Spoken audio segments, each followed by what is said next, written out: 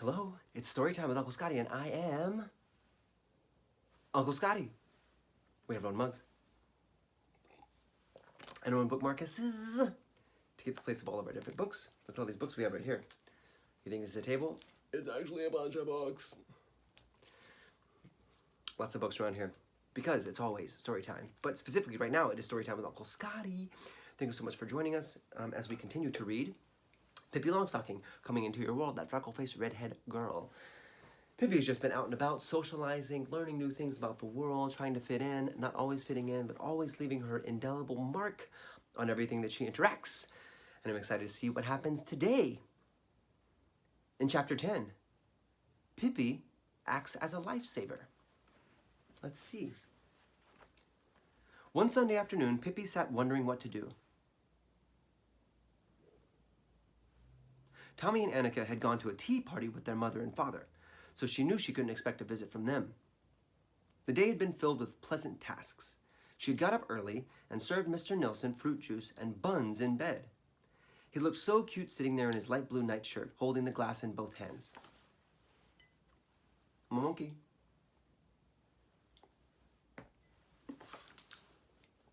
Then she had fed and groomed the horse and told him a long story about her adventures at sea. Next, she had gone into the parlor and painted a large picture on the wallpaper. The picture represented a fat lady in a red dress and a black hat. In one hand, she held a yellow flower, and in the other, a dead rat. Pippi had thought it was a very beautiful picture. It dressed up the whole room. Then she sat down in front of her chest and looked at all of her birds' eggs and shells and thought about the wonderful places where she and her father had collected them, and about all the pleasant little shops all over the world where they had bought the beautiful things that were now in the drawers of her chest. Then she had tried to teach Mr. Nilsson to dance the Schottish. Still don't know how to say that yet. Schottish. But he didn't want to learn. For a while, she thought of trying to teach the horse, but instead she had crept down into the wood box and pulled the cover down. She pretended that she was a sardine in a sardine box, and it was a shame that Tommy and Annika weren't there so that they could have been sardines too. Now it had begun to grow dark.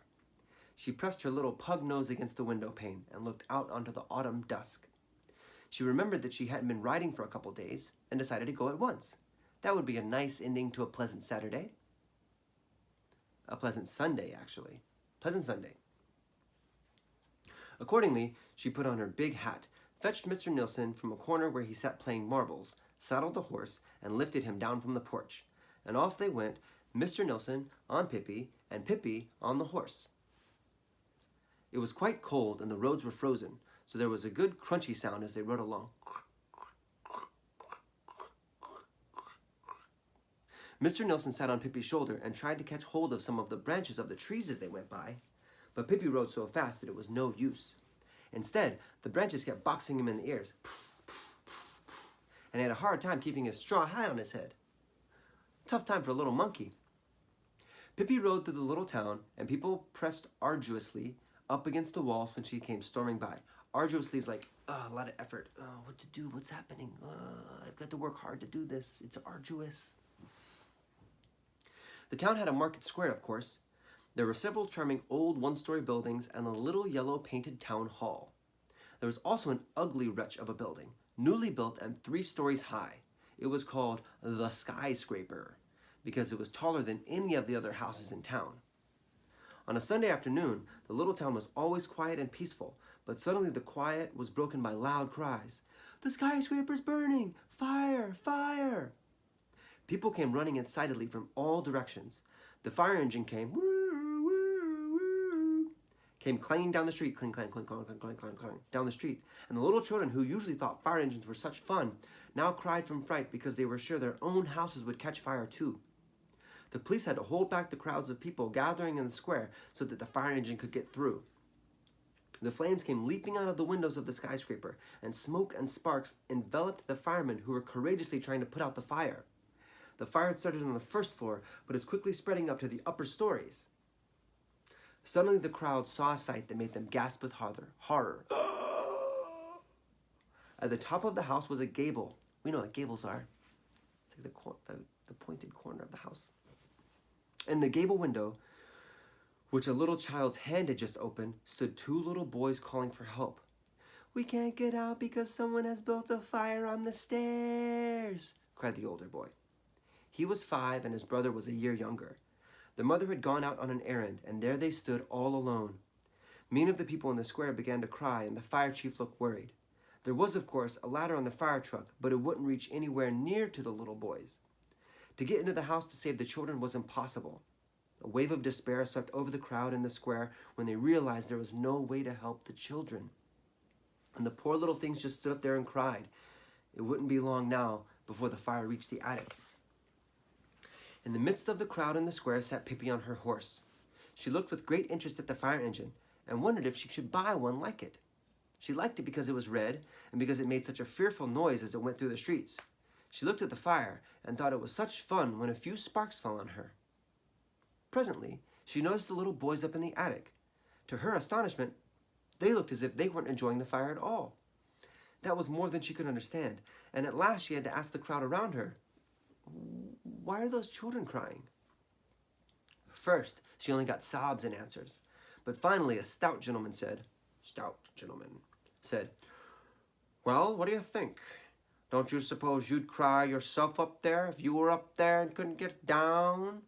If you were up there and couldn't get down, don't you would cry? Wouldn't you cry, don't you think?" "I never cry," said Pippi. "But if they want to get down, why doesn't somebody help them?" "Because it isn't possible, of course," said the gentleman. Pippi thought for a while. Then she asked, "Can anybody bring me a long rope?" "What good would that do?" said the stout gentleman. "The children are too small to get down the rope, and for that matter, how would you ever get the rope up to them?" "Oh, I've been around a bit," said Pippi calmly. "Get me a rope." There was not a single person who thought it would do any good, but somehow or another Pippi got some rope. Not far from the gable of the skyscraper grew a tall tree. The top of it was almost level with the attic window. But between the tree and the window was a distance of almost 3 yards. So a yard is like 3 feet. So 3 yards is 9 feet. So about 9 feet, about 3 yards. You can't see my arms, but probably twice this. Maybe 1.5 times that. Okay. About 3 yards. And the trunk of the tree was smooth and had no branches for climbing on. Even Pippi wouldn't be able to climb it. The fire burned. The children in the window screamed. The people in the square cried. Pippi jumped off the horse and went up to the tree. Then she took the rope and tied it tightly to Mr. Nilsson's tail. "Now you be Pippi's good boy," she said. She put him on the tree trunk and gave him a little push. He understood perfectly what he was supposed to do, and he climbed obediently up the tree trunk. Of course, it was no trouble at all for a little monkey to do that. The people in their square held their breath and watched Mr. Nilsson. Soon he had reached the top of the tree. There he sat on a branch and looked down at Pippi. She begged him to come down once again. He did so at once, climbing down the other side of the branch so that when he reached the ground, the rope was looped over the branch and hung down double with both ends on the ground. "Good for you, Mr. Nilsson," said Pippi. "You're so smart you can be a professor any time you wish." She untied the knot that had fastened the rope to Mr. Nilsson's tail. Nearby, a house was being repaired, and Pippi ran over and got a long board. She took the board in one hand, ran to the tree, grasped the rope in her free hand, and braced her feet against the trunk of the tree. Quickly and nimbly, she climbed up the trunk, and the people stopped crying in astonishment. So Pippi took the rope and is like using the rope to climb up the tree with her feet like this.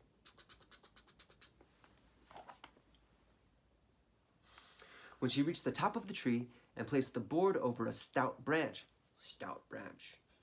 and then carefully pushed it over to the windowsill. So she placed it on the branch, pushing it over to the windowsill, like that. And there lay the board like a bridge between the top of the tree and the window.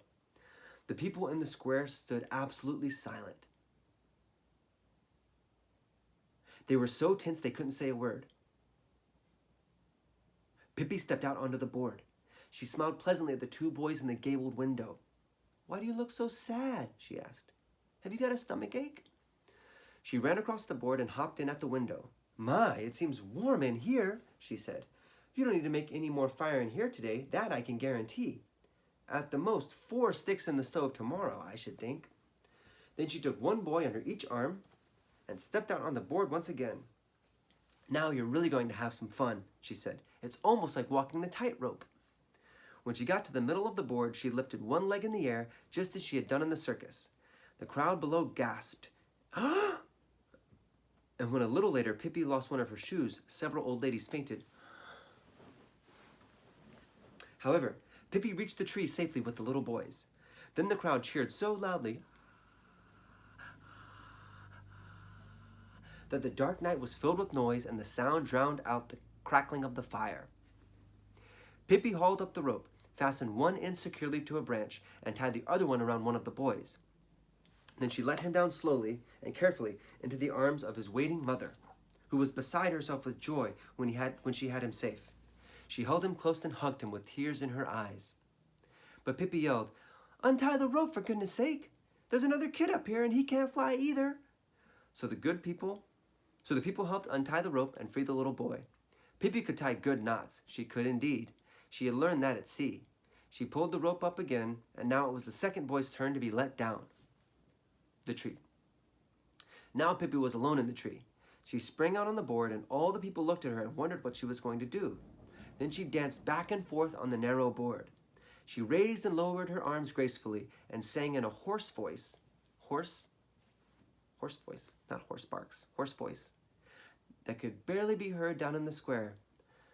"The fire is burning, it's burning so bright. The flames are leaping and prancing. It's burning for you, it's burning for me. It's burning for those who are dancing." As she sang and danced more and more wildly until many people covered their eyes in horror, for they were sure that she would fall down and kill herself. Flames kept leaping out of the gable window, and in the firelight people could see Pippi plainly. She raised her arms into the night sky, while a shower of sparks fell over her, and she cried so loudly, "Such a jolly, jolly fire!" She took one leap off and caught the rope. "Look out!" she cried, and came sliding down the rope like greased lightning. "Three cheers for Pippi Longstocking! Long may she live!" cried the fire chief. "Hip, hip, hooray! Hip, hip, hooray! Hip, hip, hooray!" cried all the people 3 times.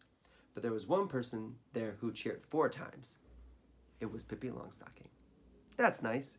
And we will find out what happens next time with Pippi Longstocking. Next time on Storytime with Uncle Scotty. I've been your host, Uncle Scotty. We have our mom. Thank you for watching, checking us out, all those things. And I can't wait to see you soon. Okay, bye.